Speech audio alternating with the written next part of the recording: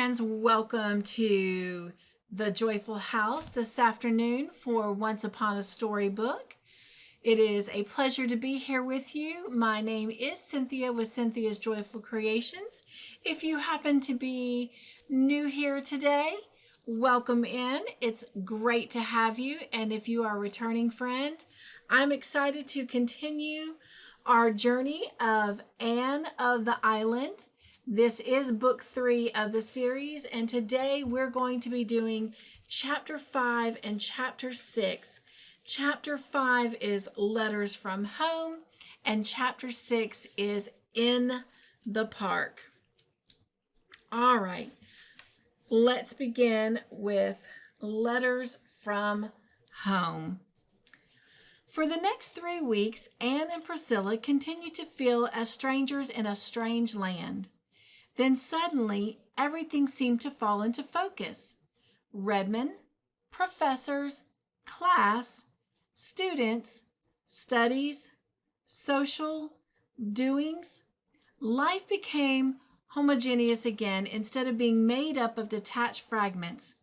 The freshmen, instead of being a collection of unrelated individuals, found themselves as a class with a class spirit, a class yell, class interests, class antipathies, and class ambitions. They won the day in the annual arts rush against the sophomores and thereby gained the respect of all the classes and an enormous confidence-giving opinion of themselves.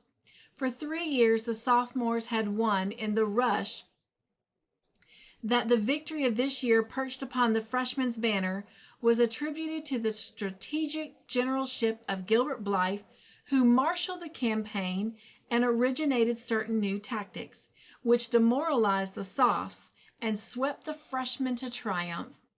As a reward of merit, he was elected president of the freshman class, a position of honor and responsibility. From a fresh point of view, at least, coveted by many. He was also invited to join the Lambs. Redmond dies for Lamba Theata, a compliment rarely paid to a freshman. As a preparatory initiation ordeal, he had to parade the principal business streets of Kingsport for a whole day wearing a sunbonnet and a voluminous kitchen apron of gaudily flowered calico. And this he did cheerfully, doffing his sunbonnet with courtly grace where he met ladies of his acquaintance. Charlie Sloane, who had not been asked to join the Lambs, told Anne he did not see how Blythe could do it, and he, for his part, could never humiliate himself too. Fancy Charlie Sloane in a calico apron and a sunbonnet, giggled Priscilla. He'd look exactly like his old grandmother Sloane. Gilbert, now, looked as much like a man in them as his own proper habitants. Anne and Priscilla found themselves in the thick of the social life of Redmond. That this came about so speedily was due in great measure to Philippa Gordon. Philippa was the daughter of a rich and well-known man, and belonged to an old and exclusive blue-nosed family. This, combined with her beauty and charm, a charm acknowledged by all who met her, promptly opened the gates of all cliques, clubs, and classes in Redmond to her. And where she went, Anne and Priscilla went too. Phil adored Anne and Priscilla, especially Anne. She was a loyal little soul, crystal-free from any forms of snobbishness. Love me, love my friends, seemed to be her unconscious motto. Without effort, she took them into her ever-widening circle of acquaintanceship, and the two Avonlea girls found their social pathway at Redmond made very easy and pleasant for them, to the envy and wonderment of all the other freshettes, who, lacking Philippa's sponsorship, were doomed to remain rather on the fringe of things during their first college year. To Anne and Priscilla, with their more serious views of life, Phil remained the amusing, lovable baby she had seemed on their first meeting. Yet, as she said herself, She had heaps of brains. Excuse me a minute.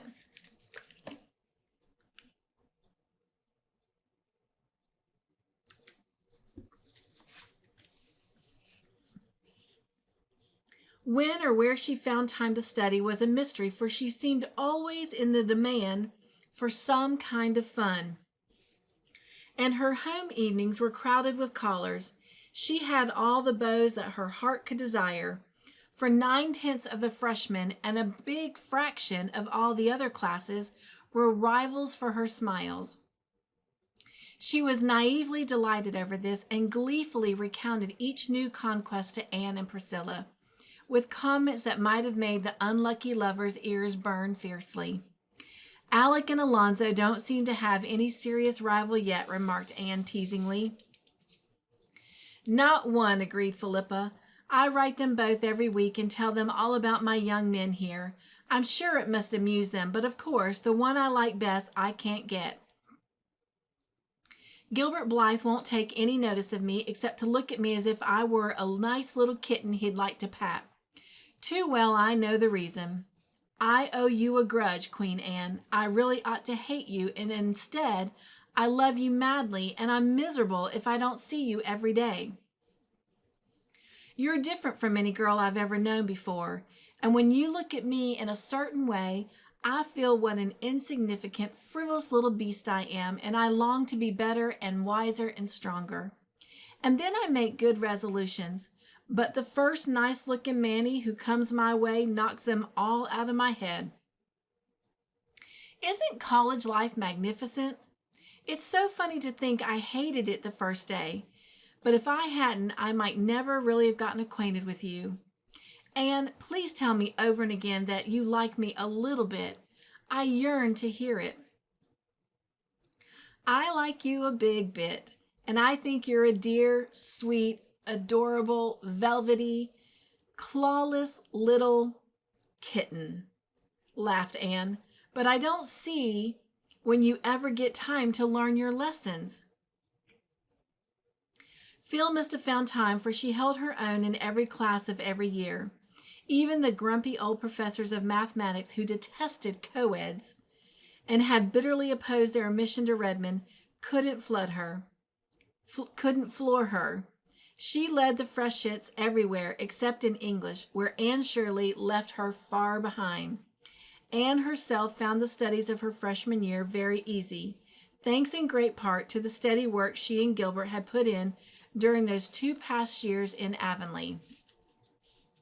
This left her more time for a social life, which she thoroughly enjoyed.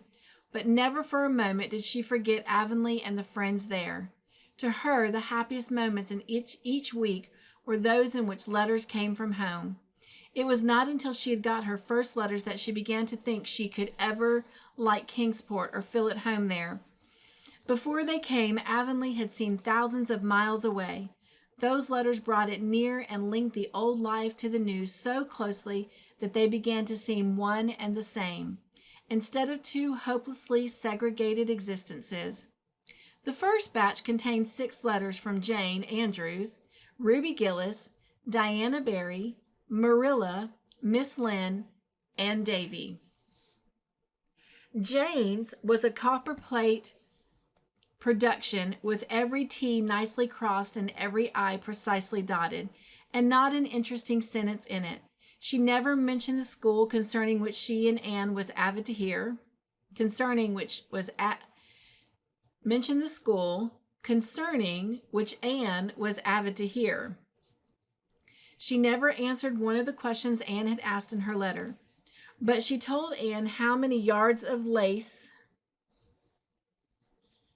she had recently crocheted and the kind of weather they were having in Avonlea, and how she intended to have her new dress made and the way she felt when her head ached. Ruby Gillis wrote a gushing epistle deploring Anne's absence, assuring her she was horribly missed in everything, asking what the Redmond fellows were like, and filling the rest with accounts of her own harrowing experiences with her numerous admirers. It was a silly, harmless letter, and Anne would have laughed over it had it not been for the postscript. Gilbert seems to be enjoying Redmond, judging from his letters, wrote Ruby. I don't think Charlie is so stuck on it. So Gilbert was writing to Ruby? Huh, very well. He had a perfect right to, of course. Only Anne did not know that Ruby had written the first letter and that Gilbert had answered it from mere courtesy. She tossed Ruby's letter aside contemptuously, but it took all Diana's breezy, newsy, delightful epistle to banish the sting of Ruby's postscript. Diana's letter contained a little too much Fred, but was otherwise crowded and crossed with items of interest, and Anne almost felt herself back in Avonlea while reading it. Marilla's was a rather prim and colorless epistle, severely innocent of gossip or emotion. Yet somehow it conveyed to Anne a whiff of the wholesome, simple life at Green Gables, with its savor of ancient peace and the steadfast, abiding love that was there for her. Miss Lynn's letter was full of church news. Having broken up housekeeping, Miss Lynn had more time than ever to devote to church affairs and had flung herself into them heart and soul. She was at present much worked over the poor supplies they were having in the vacant Avonlea pulpit. I don't believe any but fools enter the ministry nowadays, she wrote bitterly. Such candidates as they have sent us, and such stuff as they preach. Half of it ain't true, and what's worse, it ain't sound doctrine. The one we have now is the worst of the lot. He mostly takes a text and preaches about something else, and he says he doesn't believe all the heathen will be eternally lost. The idea! If they won't all, the money we've been given to foreign missions will be clean wasted. That's what. Last Sunday night, he announced that next Sunday he'd preach on the axe head that swam. I think he better confine himself to the Bible and leave sensational subjects alone. Things have come to a pretty pass if a minister can't find enough in Holy Writ to preach about. That's what. What church do you attend, Anne? I do hope you go regularly. People are apt to get so careless about church going away from home, and I understand college students are great sinners in this respect. I'm told many of them actually study their lessons on Sunday, and I hope you'll never sink that low, Anne. Remember how you were brought up. And be very careful what friends you make. You never know what sort of creatures are in them colleges. Outwardly, they may be as witted sculptors, and inwardly as ravening wolves. That's what. You better not have anything to say to any young man who isn't from the island. I forgot to tell you what happened the day the minister called here. It was the funniest thing I ever saw. I said to Marilla, if Anne had been here, wouldn't she have had a laugh? Even Marilla laughed. You know he's a very short, fat little man with bow legs. Well, that old pig of Mr. Harrison's, the big, tall one, had wandered over here that day again and broke into the yard, and it got into the back porch, unbeknownst to us. And it was there when the minister appeared in the doorway. It made one wild bolt to get out, but there was nowhere to bolt to except between them bow legs. So there it went, and being as it was so big and the minister so little, it took him clean off his feet and carried him away. His hat went one way and his cane another, just as Marilla and I got to the door. I'll never forget that look of him, and that poor pig was near scared to death. I'll never be able to read that account in the Bible of the swine that rushed madly down the steep place into the sea without seeing Mr. Harrison's pig careering down the hill with that minister. I guess the pig thought he had the old boy on his back instead of inside of him.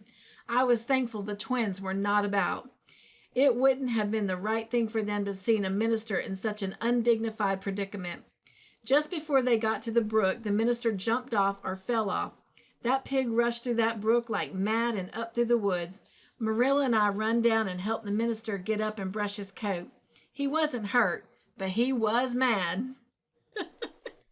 He seemed to hold Marilla and me responsible for it all, though we told him that pig did not belong to us and had been pestering us all summer. Besides, what did he come to the back door for? You'd never have caught Mr. Allen doing that.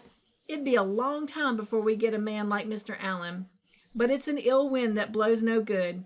We've never seen hoof or hair of that pig since, and it's my belief we never will. Things is pretty quiet in Avonlea. I don't find Green Gables as lonesome as I expected. I think I'll start another cotton warp quilt this winter. Mrs. Silas Sloane has a handsome new apple leaf pattern. When I feel that I must have some excitement, I read the murder trials in that Boston paper my niece sends me. I never used to do it, but they're real interesting. The States must be an awful place. I hope you never go there, Anne. But the way girls roam over the earth now, it's something terrible. It always makes me think of Satan in the book of Job, going to and fro and walking up and down. I don't believe the Lord ever intended it, that's what. Davy has been pretty good since you went away. One day he was bad and Marilla punished him by making him wear Dora's apron all day. And then he went out and cut all Dora's aprons up. I spanked him for that, and then he went and chased my rooster to death. The McPhersons have moved down to my place. She's a great housekeeper and very particular. She's rooted all my June lilies up because she says they make a garden look so untidy. Thomas set them lilies out when we were married. Her husband seems a nice sort of man, but she can't get over being an old maid, that's what. Don't study too hard and be sure and put your winter underclothes on as soon as the weather gets cool. Marilla worries a lot about you, but I tell her you've got a lot more sense than I ever thought you would have at one time, and that you would be all right. Davy's letter plunged into a grievance at the start. Dear Anne, please write and tell Marilla not to tie me to the rail of the bridge when I go fishing. The boys make fun of me when she does. It's awful lonesome here without you, but great fun in school. Jane Andrews is crosser than you. I scared Miss Lynde with a jack-o'-lantern last night. She was awful mad, and she was mad 'cause I chased her old rooster around the yard till he fell down dead. I didn't mean to make him fall down dead. What made him die, Anne? I want to know. Miss Lynde threw him into the pig pen. She might have sold him to Mr. Blair. Mr. Blair is giving 50 cents apiece for good dead roosters now. I heard Miss Lynde ask the minister to pray for her. What did she do that was so bad, Anne? I want to know. I got a kite with a magnificent tail, Anne. Milty Bolter told me a great story in school yesterday. It is true. Old Joe Mosey and Leon were playing cards one night last week in the woods. The cards were on a stump, and a big black man, bigger than the trees, come along and grabbed them cards and the stump and disappeared with a noise like thunder. I bet they were scared. Milty says the black man was the old Harry. Was he, Anne? I want to know. Mr. Kimball over at Spencerville is very sick and will have to go to the hospital. Please excuse me while I ask Marilla if that's spelled right. Marilla says it's the asylum he has to go to and not the other place. He thinks he has a snake inside of him. What's it like to have a snake inside of you, Anne? I want to know. Mrs. Lawrence Bell is sick too. Miss Lynde says that's all that's the matter with her is that she thinks too much about her insides. I wonder, said Anne as she folded up her letters, what Miss Lynde would think of Philippa. All right. Before we start reading chapter 6, I would like to give you your joy word. So here is your joy word. And it is, gotta find my piece of paper. Your joy word is belief. And it means confidence in something or someone. And the intention of this word is to cultivate belief in your abilities and your worth. So belief is a confidence in someone or something or someone, and the intention of this word is to cultivate a belief in your abilities and your worth. All right. Moving on to chapter 6, in the park. What are you going to do with yourselves today, girls? Asked Philippa, popping into Anne's room one Saturday afternoon. We're going for a walk in the park, answered Anne. I ought to stay in and finish my blouse, but I couldn't sew on a day like this. There is just something in the air that gets into my blood and makes a sort of glory in my soul. My fingers would twitch and I would sew a crooked seam. So it's ho for the park and the pines. Does we include anyone but yourself and Priscilla? Yes, it includes Gilbert and Charlie, and we'll be very glad if it will include you also. But, said Philippa dully, if I go, I'll have to be Gooseberry, and that will be a new experience for Philippa Gordon. Well, new experiences are broadening, so come along and you'll be able to sympathize with all poor souls who have to play Gooseberry often. But where are all the victims? Oh, I was tired of them all and simply couldn't be bothered with any of them today. Besides, I've been feeling a little blue, just a pale, elusive azure. It isn't serious enough for anything darker. I wrote Alec and Alonzo last week. I put the letters into envelopes and addressed them, but I didn't seal them up. That evening, something funny happened. That is, Alec would think it funny, but Alonzo wouldn't be likely to. I was in a hurry, so I snatched Alex's letter, as I thought, out of the envelope and scribbled down a postscript. Then I mailed both letters. I got Alonzo's reply this morning. Girls, I had put that postscript to his letter, and he was furious. Of course, he'll get over it, and I don't care if he doesn't, but it spoiled my day. So I thought I'd come to you darlings to get cheered up. After the football season opens, I won't have any spare Saturday afternoons. I adore football. I've got the most gorgeous cap and sweater, striped in Redmond colors, to wear to the games. To be sure, a little way off, I'll look like a walking barber's pole. Do you know that Gilbert of yours has been elected captain of the freshman football team? Yes, he told us last evening, said Priscilla, seeing the outrage Anne would not answer. He and Charlie were down. We knew they were coming, so we painstakingly put out of the sight or out of reach all Miss Ada's cushions. That very elaborate one with the raised embroidery, I dropped on the floor in the corner behind the chair that it was on. I thought it would be safe there. But would you believe it? Charlie Sloane made for that chair. Noticed the cushion behind it, solemnly fished it up, and sat on it the whole evening. Such a wreck of a cushion as it was. Poor Miss Ada asked me today, still smiling, but oh so reproachfully, why I had allowed it to be sat upon. I told her I hadn't, that it was a matter of predestination coupled with inveterate Sloanishness, and I wasn't a match for both combined. Miss Ada's cushions are really getting on my nerves, said Anne. She finished 2 new ones last week, stuffed and embroidered within an inch of their lives. They were being absolutely no other cushionless place to put them. She stood them up against the wall on the stair landing. They toppled over half the time, and if we come up or down the stairs in the dark, we fall over them. Last Sunday, when Mr. Davis prayed for all those exposed to the perils of the sea, I added in thought, and for all those who live in houses where cushions are loved not wisely, but too well. There, we're ready, and I see the boys coming through Old St. John's. Do you cast in your lot with us, Phil? I'll go if I can walk with Priscilla and Charlie. That will be a bearable degree of gooseberry. That Gilbert of yours is a darling, Anne, but why does he go around so much with goggle eyes?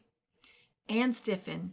She had no great liking for Charlie Sloane, but he was of Avonlea, so no outsider had any business to laugh at him. Charlie and Gilbert have always been friends, she said coldly. Charlie is a nice boy. He's not to blame for his eyes. Don't tell me that. He is. He must have done something dreadful in a previous existence to be punished with such eyes. Pris and I are going to have such sport with him this afternoon. We'll make fun of him to his face, and he'll never even know it.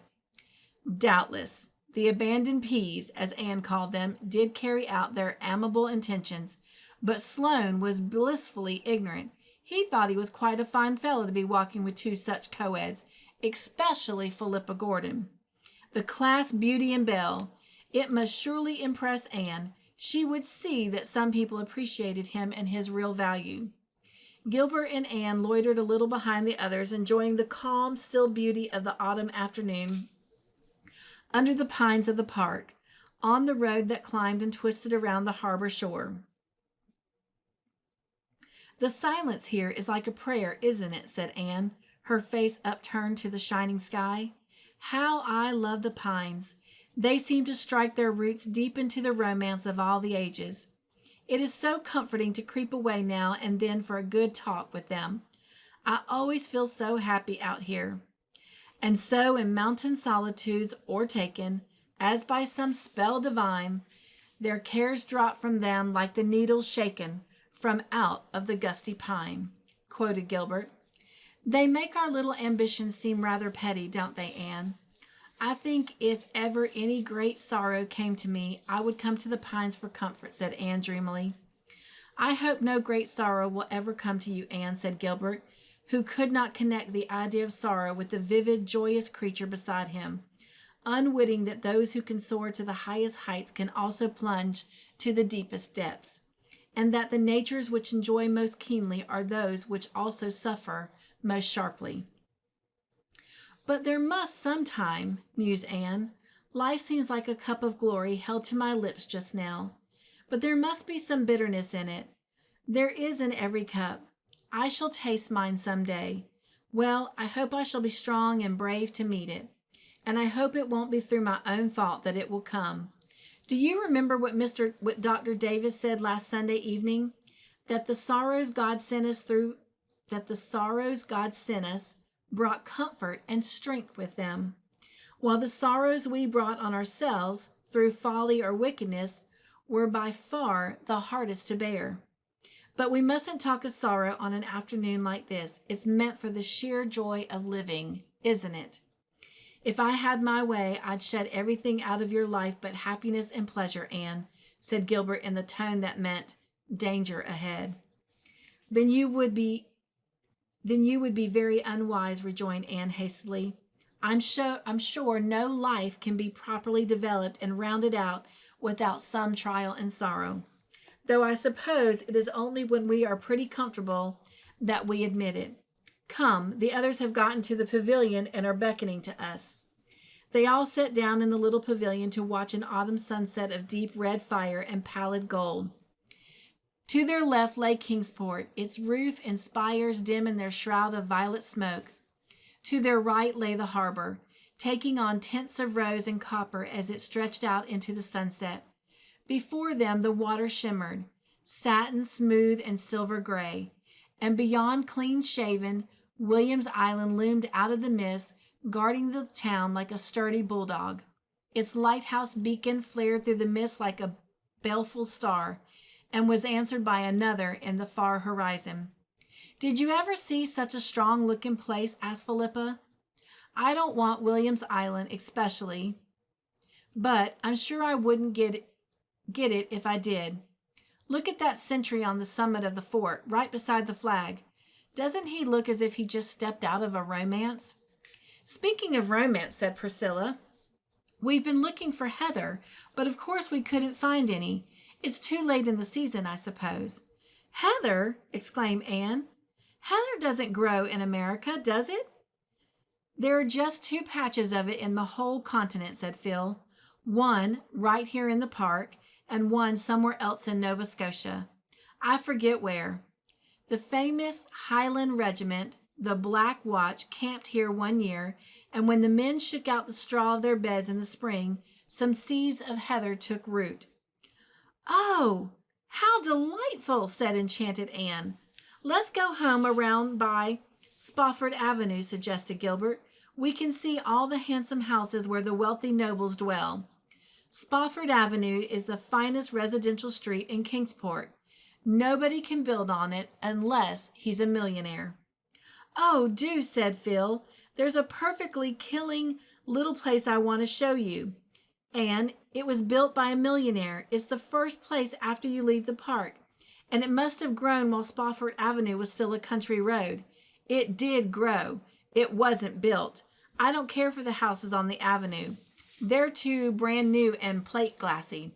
But this little spot is a dream, and its name, well, but wait till you see it." They saw it as they walked up the pine-fringed hill from the park. Just on the crest, where Spofford Avenue pettered out into a plain road, was a little white frame house with groups of pines on either side of it. stretching their arms protecting over its low roof. It was covered with red and gold vines, through which its green shuttered windows peeped. Before it was a tiny garden, surrounded by a low stone wall. October, though it was, the garden was still very sweet with dear old-fashioned, unworldly flowers and shrubs. Sweet May, southern wood, lemon verbena, alyssum, petunias, marigolds, and chrysanthemums. A tiny brick wall in herringbone pattern led from the gate to the front porch. The whole place might have been transplanted from some remote country village, yet there was something about it that made its nearest neighbor, the big lawn-encircled palace of a tobacco king, look exceedingly crude and showy, and ill-bred by contrast. As Phil said, it was the difference between being born and being made. "It's the dearest place I've ever saw," said Anne delightedly. "It gives me one of my old delightful funny aches. It's dearer and quainter than even Miss Lavendar's stone house." "It's the name I want you to notice especially," said Phil. "Look, in white letters around the archway over the gate. Patty's Place. Isn't that killing? Especially on this avenue of Pinehurst and Elmwoods and the Cedar Crofts. Patty's Place, if you please. I adore it." "Have you any idea who Patty is?" asked Priscilla. "Patty Spofford is the name of the old lady who owns it. I've discovered. She lives there with her niece, and they've lived there for hundreds of years, more or less, maybe a little less." Anne. "Exaggeration is merely a flight of poetic fancy. I understand that wealthy folk have tried to buy the lot time and time again. It's really worth a small fortune now, you know, but Patty won't sell upon any consideration. And there's an apple orchard behind the house in place of a backyard. You'll see it when we get a little past. A real apple orchard on Spofford Avenue." "I'm going to dream about Patty's Place tonight," said Anne. "Why, I feel as if I belonged to it. I wonder if by any chance we'll ever see the inside of it." "It isn't likely," said Priscilla. Anne smiled mysteriously. "No, it isn't likely, but I believe it will happen. I have a queer, creepy, crawling feeling, you can call it a presentiment if you'd like, that Patty's Place and I are going to be better acquainted yet." Well, thank you for joining us today for this storybook adventure. I hope you enjoyed these 2 chapters. I certainly did. And I look forward to joining you next week as we continue reading Anne of the Island. And until then, my friends, be joyful, stay crafty in your own way, make your own joyful creations, and be the joy in everything you do. Nugs and joy. Mwah. Be joyful.